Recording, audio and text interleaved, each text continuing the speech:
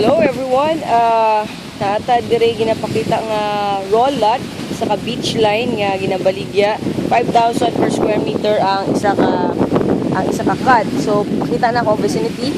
So makita ninyo kanang dinha nga area nagsunod-sunod na siya nga mga resort, private resort sa mga well-known nga mga mayayaman sa Davao. Let's say for instance, Diesel Farm, dito sa unahan na dito ang tag-iya sa Paradise at tag-iya sa Bangayan.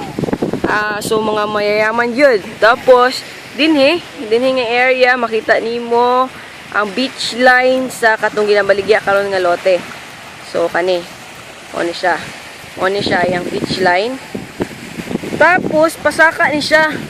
So ang kagwapo niya, kagwapo kana. So pasaka na ay kuan overlooking nga area. So mo na ang dalan karon sa tunga. Kana siya. Kana, okay. So ang available over there, over kana nga area, pasaka din ha, isa. And the other one, kani nga area din ha sa unahan sa naitao, pasaka kanang naisaging. Din ha, most probably din ha, napita pababa. So that's 5,000 square meter all in all. Okay.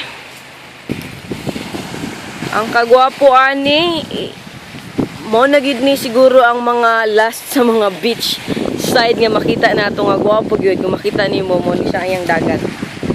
Okay.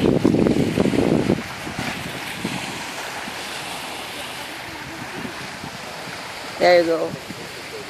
So wala siya ang facing ano ta na? Facing Davao del Norte, siguro mga Mati, Pantukan, dira nga area.